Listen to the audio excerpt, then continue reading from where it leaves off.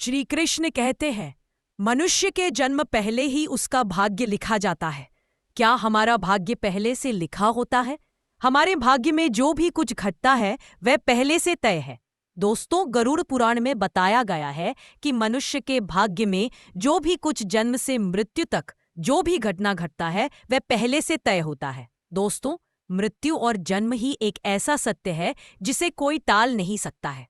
पर दोस्तों, हम यह नहीं जान पाते हैं कि हमारा भाग्य हमारे से जन्म से पहले ही लिखा होता है या जन्म के बाद।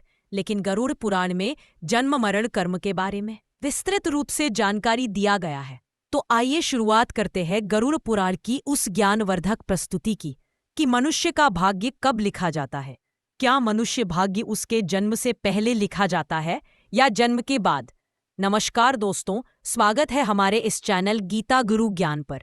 मित्रों, गरुड़ पुराण की इस ज्ञानवर्धक प्रस्तुति में आप खो जाइए उससे पहले हम आपको बता दें कि इस वीडियो को आधा अधूरा देखना की गलती बिल्कुल भी नहीं करें, क्योंकि यह गरुड़ पुराण की ज्ञानवर्धक प्रस्तुति है जो आपके जीवन से जुड़ी हुई है।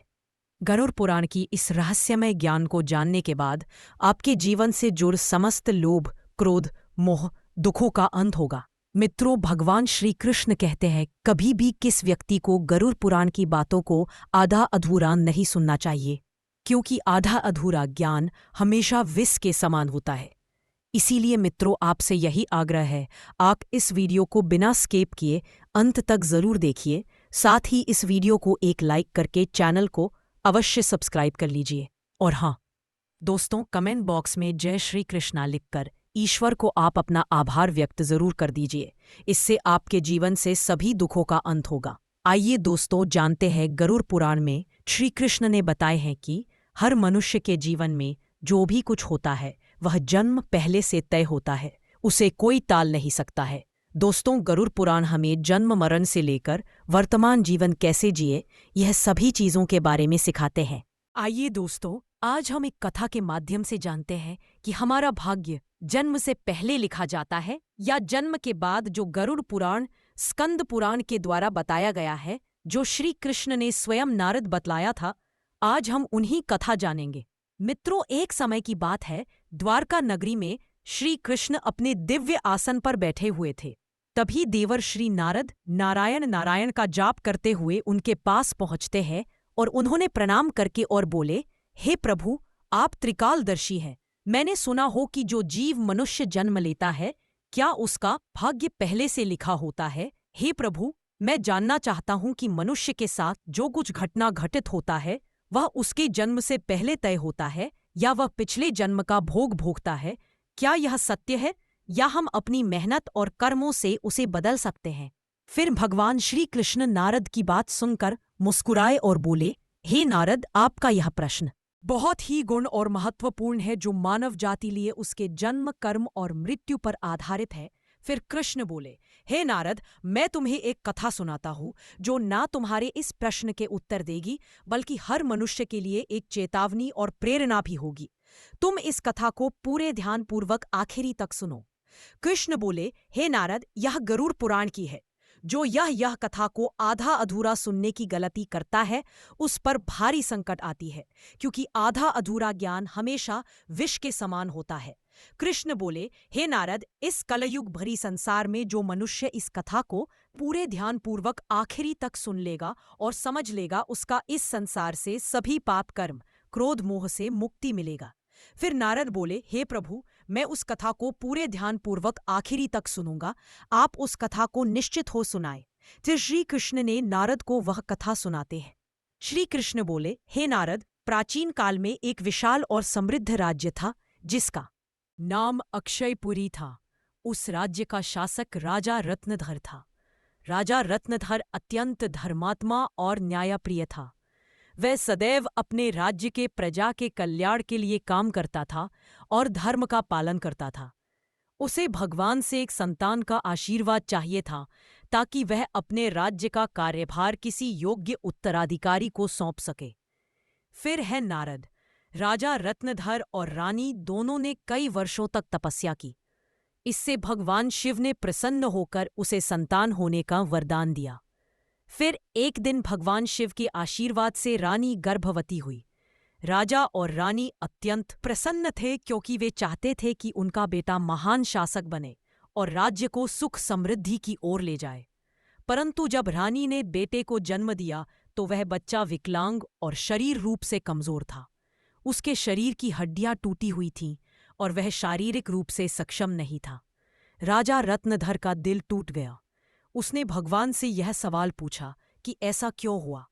तब राजा रत्नधर ने भगवान श्री कृष्ण से मिलने का निर्णय लिया और उन्हें अपने दुखों को साझा करने के लिए वहां पहुंचे। राजा ने भगवान से पूछा, हे प्रभु, मैंने इतनी तपस्या की, यज्ञ किए, फिर भी मेरे बेटे का जन्म विकलांग क्यों हुआ?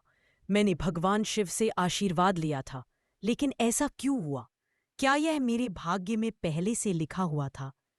फिर श्री कृष्ण मुस्कुराए और कहा, हे राजा, तुम सही कहते हो कि तुम्हारा पुत्र विकलांग जन्मा है।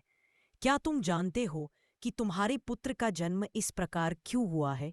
यह तुम्हारे द्वारा किए गए पूर्व जन्मों के कर्मों का फल है। यह तुम्हारे पिछले जन्म के कर्मों का परिणाम है जो तुम्हारे भाग्य में लिखा हुआ था। लेकिन इसका कारण यह नहीं है कि तुम्हारा भाग्य पहले से निर्धारित था। यह घटना तुम्हारे और तुम्हारे बेटे के कर्मों का फल है जो उसके पिछले जन्मों से जुड़ा हुआ है। राजा ने आश्चर्यचकित होते हुए पूछा, हे प्रभु, क्या भाग्य वास्तव में पहले से लिखा होता है? श्री कृष्ण ने कहा, जन्म, मृत्यु और जीवन के उतार चढ़ाव पहले से निर्धारित होते हैं, लेकिन हम जो कर्म करते हैं वे हमारे भाग्य को बदल सकते हैं। जिस दिन तुम्हारे बेटे का जन्म हुआ उस दिन तुमने एक विशेष संतान का वरदान प्राप्त किया था, लेकिन उस संतान को चुनौतियां मिलना जरूरी था ताकि वह अपने जीवन में धैर्य, साहस और पराक्रम को विकसित कर सके। लेकिन उसका भविष्य केवल उस समय के कर्मों से नहीं होता है, बल्कि यह तुम्हारे पिछले जन्मों के कर्मों का परिणाम है। श्री कृष्ण ने राजा रत्नधर से कहा, हे राजन, भाग्य और कर्म में बहुत गहरा संबंध है। कर्म ही हमारे भाग्य का निर्माण कर है। यही कारण है कि हमें जीवन में अपने कर्मों को सदैव धर्म और सत्य के मार्ग पर रखना चाहिए। श्री कृष्ण ने कहा, हे राजन, जो कुछ भी तुम्हारे जीवन में घटित होता है वह तुम्हारे पिछले जन्म के कर्मों का फल है। जब तुम एक पुण्य आत्मा के रूप में जन्म लेते हो तो तुम्हारे जीवन में कठिनाइयां और संघर्ष जरूर होंगे, क्योंकि इस दुनिया में हर आत्मा को कुछ ना कुछ कष्ट भोगना पड़ता है ताकि वह अपने पिछले कर्मों को समाप्त कर सके। लेकिन याद रखो, तुम्हारे बेटे के जीवन में जो कठिनाई है वह उसकी परीक्षा है। यदि वह धैर्य और साहस से इन कठिनाइयों का सामना करता है तो वह अपने भाग्य को बदल सकता है। एक दिन वह वही कार्य करेगा जिसकी कल्पना तुमने अपने जीवन में की थी। मित्रों, फिर राजा रत्नधार ने पूछा, हे प्रभु, क्या मैं और मेरे पुत्र अपने भाग्य को बदल सकते हैं? श्री कृष्ण ने उत्तर दिया, बिल्कुल, तुम दोनों ही अपने भाग्य को बदल सकते हो। तुम्हारे बेटे के जन्म के समय जो विकलांगता थी वह उसके कर्मों का फल था, लेकिन उसका भविष्य तुम्हारे अच्छे कर्मों पर निर्भर करता है। यदि तुम उसे साहस, धैर्य और आत्मविश्वास से भर दोगे तो वह अपने भाग्य को बदल सकता है। तुम्हारे अच्छे कर्मों के परिणाम स्वरूप वह एक दिन महान बनेगा और राज्य का भार संभालने में सक्षम होगा। मित्रों, फिर भगवान श्री कृष्ण ने आगे कहा, भाग्य एक चक्र के समान है जो कर्मों के आधार पर घूमता रहता है। जब तुम अच्छे कर्म करते हो तो तुम अपने भाग्य को सुखमय बना सकते हो। फिर आगे श्री कृष्ण से राजा रत्नधर ने कहा, क्या भाग्य निश्चित रूप से पिछले कर्मों से जुड़ा होता है? श्री कृष्ण बोले, हाँ, लेकिन उसे बदलने की शक्ति तुम्हारे हाथों में है। यदि तुम अच्छे कर्म करते हो तो वह तुम्हारे भाग्य को भी सुधार सकते हो। साथ ही भक्ति, साधना और सेवा से भाग्य बदला जा सकता है।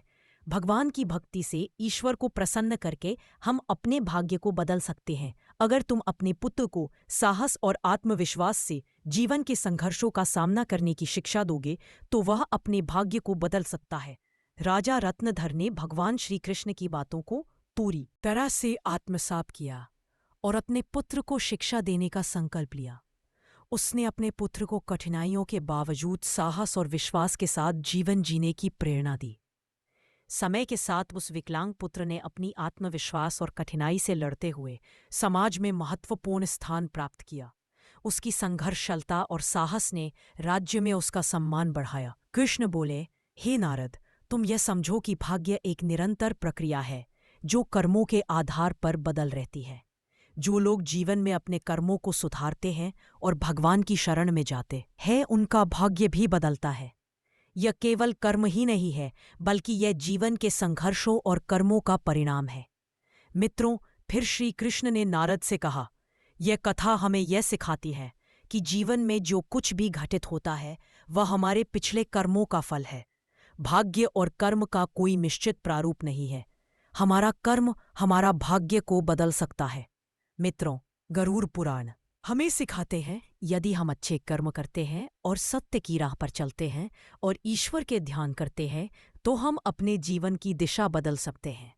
फिर श्री कृष्ण ने नारद से कहा, हे नारद, यह संसार कर्मों का दर्पण है। जो जैसा कर्म करेगा वह वैसा फल भोगे। मनुष्य को यह ध्यान रखना चाहिए कि माता पिता की सेवा, दूसरे की सहायता और ईश्वर का ध्यान ही सबसे बड़ा धर्म है। जो मनुष्य अपने पिछले जन्म में किसी के साथ पाप किया है, किसी को कष्ट दिया है, उसे न केवल नरक में भयानक यातना मिलती है, बल्कि वह जन्म जन्मांतर तक उस भोग भोगती है। लेकिन जो अपना कर्म सुधार है, वह इस चक्र से मुक्त हो सकता है, क्योंकि यह संसार एक अवसर है। धर्म, सेवा, सत्य ही मनुष्य का जीवन है। मनुष्य के यह समझना चाहिए कि मृत्यु के बाद के उसके अच्छे कर्म ही साथ जाते हैं। मित्रों, यह कथा हमें यह सिखाती है कि हमारे भाग्य पिछले कर्मों का फल है। हर पाप का दंड, हर पुण्य का फल निश्चित होता है। हे मनुष्य, तुम अपने कर्मों पर ध्यान दो। स्वार्थ, पाप और अहंकार को त्यागो। धर्म, सत्य और सेवा को अपनाओ, क्योंकि यही जीवन का सबसे भरा सत्य मार्ग है। मित्रों, श्री कृष्ण ने इस प्रकार नारद को गरुड़ पुराण के रहस्य को बताया। मित्र, भाग्य निश्चित रूप से जन्म से पहले लिखा जाता है, लेकिन हम अपने जीवन के संघर्ष, सत्य, धर्म और ईश्वर की भक्ति से हम अपने भाग्य को बदल सकते हैं। मित्रों, गरुड़ पुराण में भाग्य का लेखा जोखा और कर्मों के बारे में उल्लेख मिलता है। पर दोस्तों, मनुष्य अपने कर्मों, संघर्ष और ईश्वर की भक्ति से हम अपने जीवन को बदल सकते हैं। मित्रों, गरुड़ पुराण हमें सिखाते हैं कि जीवन एक बोया हुआ खेत की तरह है। मनुष्य खेत में जो बीज बोते हैं वही फल मिलता प्राप्त होता है। उसी प्रकार मनुष्य अपने जीवन में जो कर्म करते हैं उसका अगले जन्म में उसी रूप से फल भोगता है। इसलिए दोस्तों, गरुड़ पुराण में श्री कृष्ण कहते हैं कि जब मनुष्य का जन्म होता है तो उसके पिछले कर्मों के आधार पर उसका भाग्य उसके जन्म से पहले लिखा जाता है, और उस मनुष्य के साथ वही होता है जो उसके जन्म से पहले उसके भाग्य में लिखा हुआ है, जिसे कोई टाल नहीं सकता है। परंतु सत्य, धर्म और सेवा से ईश्वर को प्रसन्न कर हम अपने भाग्य को बदल सकते हैं। हिंदू धर्म का सबसे बड़ा धर्म ग्रंथ गरुड़ पुराण है, जिसमें मनुष्य के जीवन, मृत्यु और भाग्य कर्मों के बारे विस्तार रूप से बताया गया है। यह पुराण हिंदू धर्म के 18 महापुराण में से एक है, और इस पुराण में जन्म, मरण से पुनर्जन्म, कर्म और आत्मा के मार्ग के बारे में पूरे विस्तार से बताया गया है। दोस्तों, गरुड़ पुराण के अनुसार मनुष्य का भाग्य उसके पिछले कर्मों निर्भर करता है। गरुड़ पुराण, जो विष्णु पुराणों के प्रमुख ग्रंथ में से एक है, यह पुराण जीवन के रहस्यों और मानव के कर्मफल के बारे में बताया गया है। गरुड़ पुराण में श्री कृष्ण को साक्षात भगवान विष्णु के अवतार माने जाते हैं। दोस्तों, गरुड़ पुराण श्री कृष्ण कहते हैं, मनुष्य अपने जीवन में अच्छे कर्म और सत्य मार्ग पर चलकर ईश्वर को प्रसन्न कर अपने भाग्य में होने वाले घटना से बच सकते हैं और आने वाले भाग्य को हम बदल सकते हैं। अब मित्रों, गरुड़ पुराण में श्री कृष्ण ने मनुष्य को जीवन जीने के लिए 3 मुख्य उद्देश्य दिए हैं, जिन पर चलकर हम अपने भाग्य के कर्मों को बदल सकते हैं। दोस्तों, आप इस वीडियो को अंत तक जरूर देखिए, क्योंकि ये सारी जानकारी गरुड़ पुराण के द्वारा बताया गया है। इस वीडियो को बीच में छोड़कर जाने की गलती बिल्कुल भी नहीं करें। इसलिए इस ज्ञानवर्धक प्रस्तुति को अंत तक जरूर देखिए। आइए जानते हैं। नंबर 1, अपने धर्म का पालन करना। मनुष्य का जन्म किसी खास उद्देश्य के लिए होता है। जो मनुष्य अपने पिछले जन्म पाप किया है, वह इस जन्म में भी उस पाप का भोग भोगता है, क्योंकि मनुष्य के जन्म से पहले उसका जन्म से मरण तक का भाग्य पहले तय होता है। इसलिए दोस्तों, गरुड़ पुराण में श्री कृष्ण ने बताया है, मनुष्य को हमेशा धर्म, सत्य का पालन करना चाहिए। इससे हमारे पिछले जन्म के पाप से बच सकते हैं। ईश्वर की भक्ति से हम अपने जीवन बदल सकते हैं, हम सभी ऊंचाई तक पहुंच सकते हैं। दोस्तों, ये जीवन एक अनमोल उपहार है, आप इसे व्यर्थ ना जाने दें। सही कर्म और धर्म का पालन से हम अपने जीवन को अगले जन्म में होने वाली घटना से बच सकते हैं। यह न केवल आपके लिए है, बल्कि इसे पूरे समाज और दुनिया के आप प्रेरणा का स्रोत बन सकते हैं। नंबर 2, माता पिता सेवा और आदर करना। दोस्तों, गरुड़ में श्री कृष्ण कहते हैं कि मनुष्य को हमेशा अपने माता पिता को सेवा करनी चाहिए, क्योंकि माता पिता के ही चरणों से तीनों लोगों का स्वर्ग है। जो लोग माता पिता को नहीं मानते, नहीं उसका आदर करता है, उसे न केवल नरक में भयानक यातना भोग है, बल्कि उसके अगले जन्म में भी भारी संकट भोगना पड़ता है, और उस मनुष्य अपने पाप का परिणाम जन्म जन्मांतर तक उस कर्म का भोग को भोगता रहता है। नंबर 3, अहंकार। दोस्तों, गरुड़ पुराण में श्री कृष्ण ने बताया है, मनुष्य सबसे बड़ा शत्रु उसके अहंकार होता है, जो मनुष्य को अपने कर्मों से दूर कर देता है। जिस मनुष्य के मन में अहंकार प्रवेश कर लेता, वह मनुष्य अपने जीवन को उस ओर के चला जाता है जहां उसे संकट के सिवा कुछ और नहीं मिल पाता है। उस व्यक्ति को न केवल नरक में भयानक यातना भोग है, बल्कि वह व्यक्ति अपने आने वाले भाग्य को भी नरक की ओर ले जाता है। इसलिए मनुष्य को हमेशा सत्य, धर्म और प्रेम की भावना रखना चाहिए। इससे वर्तमान जीवन और आने वाले भाग्य हमेशा खुशहाल रहे। मित्रों, गरुड़ पुराण हमें सिखाता है, यह जीवन हमारे कर्मों का फल है। यह ग्रंथ हमें यह समझने की प्रेरणा देता है, अपने जीवन से धर्म, सत्य, परोपकार का पालन करना ही सबसे बड़ा कर्तव्य है। आत्मा की मुक्ति और अगले जन्म उच्च योनि प्राप्त करने के लिए मनुष्य को अपने कर्मों को ध्यान में रखना चाहिए। मित्रों, गरुड़ पुराण हिंदू धर्म के महान ग्रंथों में से एक। यही हमारे जीवन को सही दिशा में चलने का ज्ञान देता है, जो हमें यह सिखाता है कि मनुष्य का भाग्य उसके कर्मों और ईश्वर की इच्छा का परिणाम होता है। यह ग्रंथ न केवल जीवन और मृत्यु के रहस्यों के बारे में बतलाता है, बल्कि यह भी समझाता है कि मनुष्य अपने जीवन को किस प्रकार सही दिशा में ले जा सकता है। गरुड़ पुराण में मनुष्य के जन्म मरण से लेकर वर्तमान जीवन कैसे जाएं, इन सभी चीजों के बारे में विस्तार से वर्णन किया गया है। मनुष्य के जीवन से लेकर मृत्यु तक की सार जानकारी इस धर्म ग्रंथ गरुड़ पुराण में बताया गया है। मनुष्य जीवन में जो कुछ घटित होता है, वह हमारे पिछले जन्म का फल है। दोस्तों, गरुड़ पुराण हमें यह सिखाता है कि भाग्य केवल कर्मों का फल है। भले ही भाग्य जन्म पहले से लिखा हो, पर हम अपनी कर्म से इसे बदल सकते हैं। मित्रों, जीवन एक दुर्लभ अवसर है, जिसे सही दिशा में ले जाकर हम आत्मा को मोक्ष की ओर अग्रसर कर सकते हैं। धन्यवाद। दोस्तों, गरुड़ पुराण के द्वारा सभी बतलाए गए बातों को अवश्य ध्यान में रखें और सत्य की राह पर चलें। इससे आने वाले जीवन अत्यंत सुखद हो। और दोस्तों, वीडियो अच्छा लगा तो इस वीडियो को लाइक करके कमेंट में जय श्री कृष्ण जरूर लिख दीजिए, और हमारे इस चैनल गीता गुरु ज्ञान को अवश्य सब्सक्राइब कर लीजिए, ताकि हर एक नया वीडियो आप तक तुरंत पहुंचे। धन्यवाद। हर हर महादेव। ओम नमः शिवाय। राधे राधे।